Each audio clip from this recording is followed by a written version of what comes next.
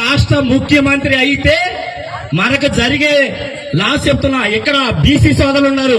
మనందరికీ ఒక ఎకరం ఉంది, 2 ఎకరాలు ఉంది. ఆయన ఒక సిస్టాన్ని తెచ్చాడు, ఒక జీవోని తెచ్చాడు. ఆ జీవోని మీరు ఎవరైనా తెలుసా? మన ఆస్తి పత్రాలను ఆయన దగ్గర పెట్టుకుని మనకి డూప్లికేట్ పత్రాలు ఇస్తాడంట. అంటే లైసెన్స్ బిల్లలాగా ముష్టోళ్ళలాగా మనం వేస్తాడంట. ఆయన ఎవరండి? మనం 20 లక్షలు పెట్టి కష్టపడి చెమటోడ్చి ఇవాళ కుంట పొలం అంటే 20 లక్షలు. ఆయన ఎవరు? మన దస్తావేజులు మనకు కావాలి. ఆయన మనకి భిక్ష పెడతలేదు. ఆయనకి 1000 కోట్లు ఉన్నాయి, లక్షల కోట్లు ఉన్నాయి. ఆయనకి కనుక నిజంగా నిజాయితీ ఉంటే ఆ లక్షల కోట్లు తెచ్చి ప్రజలకి ఆ దస్తావేజులు ఈ ప్రజలకు పంచుతారా? ఈ జగన్మోహన్ రెడ్డి దమ్ముంటే పంచమనండి. ఆల్రెడీ ఇందరు వినోదాన్ని చెప్పాడు. ఇక్కడ వైసీపీ ఎమ్మెల్యే దూరం నాగేశ్వరరావు గారు నా మీద 3 సందర్భాల్లో డైరెక్ట్ నా స్థాయి ఒక కార్యకర్త అంటే నేను ఒక వార్డు మెంబర్ గా కూడా గెలవలో ఓడిపోయా కానుకోలు. అయినా నన్ను ఒక సీఐతో అరెస్ట్ చేయమన్నాడు 3 విషయాల్లో. ఇది ఈ స్టేజీ సాక్షిగా చెప్తున్నా. 3 విషయాల్లో. అది నా కుటుంబ విషయాలేం కాదు, గ్రామం విషయాలు. గ్రామంలో అన్యాయం జరుగుతుందని చెప్తే నన్ను సీఐతో అరెస్ట్ చేయించమన్నాడు.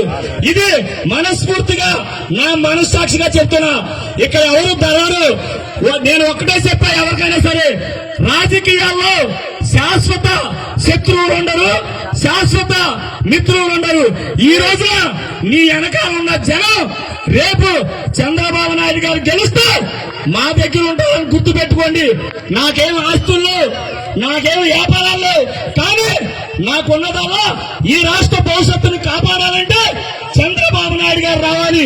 చంద్రబాబు నాయుడు గారు వస్తేనే ఈ రాష్ట్ర భవిష్యత్తు, మన పిల్లల భవిష్యత్తు శుభ్రంగా ఉండాలంటే మళ్ళీ చంద్రబాబు నాయుడు గారికి ముఖ్యమంత్రి పదవి కొత్త కాదు. 14 సంవత్సరాలు ముఖ్యమంత్రిగా చేశారు, 15 సంవత్సరాలు ప్రతిపక్ష నాయకులుగా చేశారు. ఇంకెవరికి సాధ్యం కాదు. కానీ ఆయన తపనల్లో ఈ రాష్ట్రాన్ని హైదరాబాద్ తో సమానంగా తీర్చిదిద్దాలి. ఈ రాష్ట్రం ఉన్నంత కాలం చంద్రబాబు నాయుడు గారి పేరుండాలనే ఉద్దేశంతోనే ఈ రాష్ట్రం కోసం అంత వయసులో కూడా అసలు గుడివాడలో ఆయన గంట సేపు స్పీచ్ చెప్తే నోరు దొంగూరు పోలేదు. అలాగే గంట సేపు కూడా నుంచునే ఉన్నాడు. ఆయన వయసులో అంత కష్టపడతానంటే ఆయనకి అసలు పేరు కూడా అక్కర్లేదు. ఈ రాష్ట్ర ప్రజలే కాదు, పక్క రాష్ట్రంలో ప్రజలు కూడా ప్రధానమంత్రితో సమానమైన వాళ్ళు కదా ఈ రోజున చంద్రబాబు నాయుడు గారిని కుర్చీలో కూర్చోబెడుతున్నారంటే అదే చంద్రబాబు నాయుడు గారి గొప్పతనం. ఈ అవకాశం ఇచ్చినట్టు పెద్దలందరూ నమస్కారం తెలియజేస్తున్నాను.